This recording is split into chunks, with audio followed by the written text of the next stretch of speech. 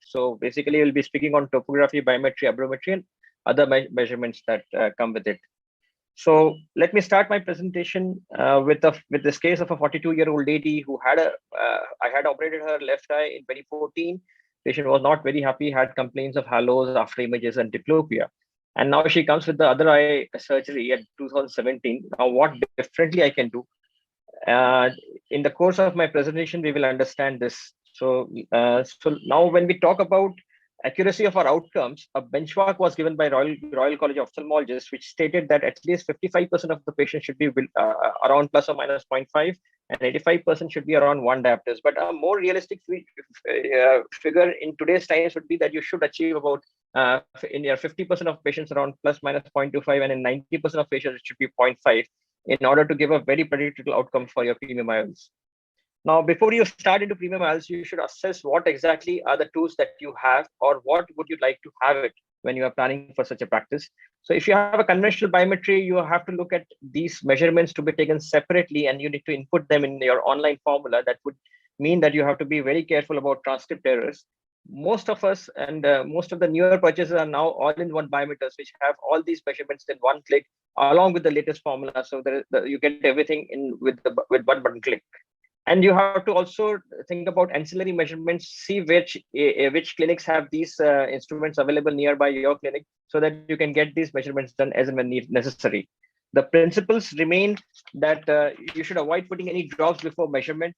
And if at all the eyes are very dry, you have to wait for 5 minutes at least after application of the drop. Get both the eyes measurement done, even if the patient is coming for one eye. And you need to take these measurements in undilated state, because you need to understand the pupil dynamics also. So in our setup, what happens is the optometrist does the initial checkup and he diagnoses the patient to have cataract. He hands over a cataract questionnaire, which basically tells us about asks the patient to fill up, and it tells us about patient's lifestyle, his spectacle use at present, post-op expectation of spectacle use, and opinion about quality of vision. So this information is usually helpful to understand what the patient needs. So after the patient has undergone this thing, he undergoes a manual keratometry and a biometry. Then, if at all is fit for toric and multifocal, he undergoes Varion and Pentacam. And after that, the patient undergoes IOP measurement, dilatation, and then further retinal checkup, and if required, OCT also. So these are the measurements that we are looking at if you're thinking about premium IOLs and getting the things right. Let's see one by one. The first thing that we need to see is patient has astigmatism and is a candidate for toric IOL. You should answer these 4 questions before you actually decide the patient needs a toric IOL. The first question is the magnitude and axis of astigmatism correct? Now, we all know that there are many ways of measuring corneal astigmatism. So in our place, we did a small study of about 18 eyes of all these young patients who were young interns who join us for optometry. And we basically did manual keratometry, odometry, Aladdin measurements, Varion, and IOL Master 700. And we were surprised to see the results. And if the ones which are highlighted in red, you can see that the auto K values are quite different from the other values. And the ones which are highlighted in green, you can see the manual K is quite less than the ones which are measured by the other thing.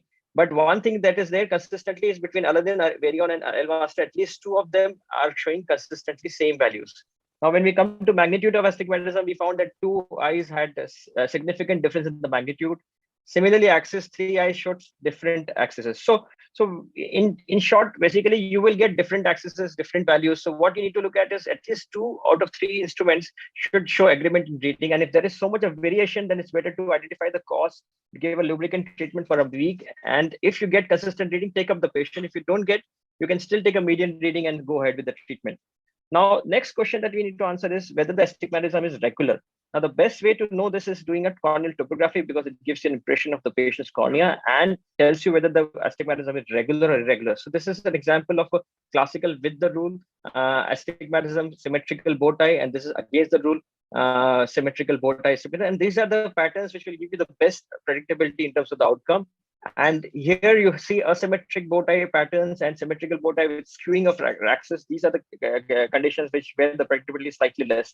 And of course, the topography will tell you that these are the patterns which you have to avoid doing a toric IOL. Now, next thing is whether the astigmatism that you have got is it consistent or not. Let's see an example. This patient came for a cardiac evaluation and underwent IL master 700. It gave a cylinder of 2.37 with our IL power of 14.77 at 118.4. We called this patient for a topography, and to our surprise, the topography showed very minimal astigmatism. We repeated the IL master on the same day, and it came as 0.79 with the IL power at 16.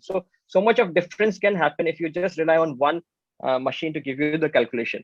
The next comes is whether it matches with the clinical astigmatism. Here is a patient who is a 45-year-old myope who has never had used astigmatic correction, but the retinoscopic value and keratometric value shows high cylinder. So there is a there is a refraction, keratometry, and retinoscopy mismatch. When we did this topography of this patient, we can see a hot spot here in the superior cornea, which is just encroaching the 3 millimeter zone. So most of the instruments will pick up a cylinder around here, but we have to understand that this hotspot is not producing any refractive astigmatism. Very important is that you should treat all these patients in a retroillumination to pick up subtle findings like this. This is a EBMT and this is a posterior polymorpha dystrophy. Unless you put them on a retroillumination, it's very difficult to diagnose these subtle changes. In this patient had just contact lens induced scars which were causing this issue. So this patient didn't need a toric IOL. Next comes the axial length accuracy. Now we have seen generations of instruments available to us, and now it's very clear that swept source based OCT biometers are the ones which are of choice because we are able to get biometry in majority of the cataracts. PCI based and OLCR based biometers are also there. Then comes immersion A scan, and then finally the contact A scan. So the technology has advanced, but can we leave this technology to do everything? Let me share with you an interesting case. This was a patient who had IL master 700 and was given the lens according to the IL master report, and patient developed a 14 diopter refractive surprise. The axial length is shown by IL master was 35 millimeters, and according to that, 5 diopter lens was posted. When the measurements were repeated, it was just 21.67. And this was a case report which was published in one of the journals recently. And the reason why it happened was because there was a smeared optics on the swept source. So this, the authors also acknowledged that it did not really correlate with the clinical refraction of the patient. So it's very important to correlate clinically the values. Coming to the other measurements, all these measurements one has to take because all the newer IOL formulas want this. And if you're planning to buy newer biometer setups, so you can always compare this across different things and see where exactly what things are available. So accordingly, you can take a choice. Similarly, the topographers have different things available, so you can make a choice based on that. Most important is validation of the findings that come in. So most of these biometers come with a validation criteria. For example, this is IL master 700. It tells you that if you get astigmatism more than 3.5, you have to do a topography to rule out ectasia. So following the validation guidelines really improves the accuracy. Pupillometry is very important because a large pupil is not at all a candidate for multifocal IOLs, so one has to be careful. Coming to the formulas, now there is no doubt about it that the formulas essentially Viret Universal 2 is now accepted as the formula choice, as is shown by this landmark study by Dr. Mellis, where he studied more than 8,000 eyes, and they've shown that almost 50% of the patients with Barrett achieve around 0.25. And across the axial lens from 22 to even more than 25, there were quite less errors in the thing. So if you take the gist of studies which is available now, you divide your patient into 3 groups: less than 22, 22 to 26, and more than 26. The middle group will give the best results. Almost 80 to 90% will achieve less than within 0.5, and the less than 22 and more than 26 group will give a moderate success. And these are the formulas of choice. Barrett is number 1. Kane is also there. Olsen and Hill RBF. Olsen is, of course, a paid software, and Hill RBF works mainly for LensStar. So if you take about this IOL master for Kane, it is also available freely online. And how it differs from Barrett is because basically you need to input the sex of the patient as well as the central corneal thickness. With regard to the toric IOL, also the Barrett has kind of standardized. But the interesting part of Barrett is it gives you what is called as integrated K, wherein you can input values from different instruments, and it will give you an integrated K based on the values that you have given. And this is fairly accurate to give you the results. Coming to angle kappa, now we all know angle kappa. If the angle kappa is large, these patients will develop problems when you put multifocal IOLs. But angle kappa is difficult to measure.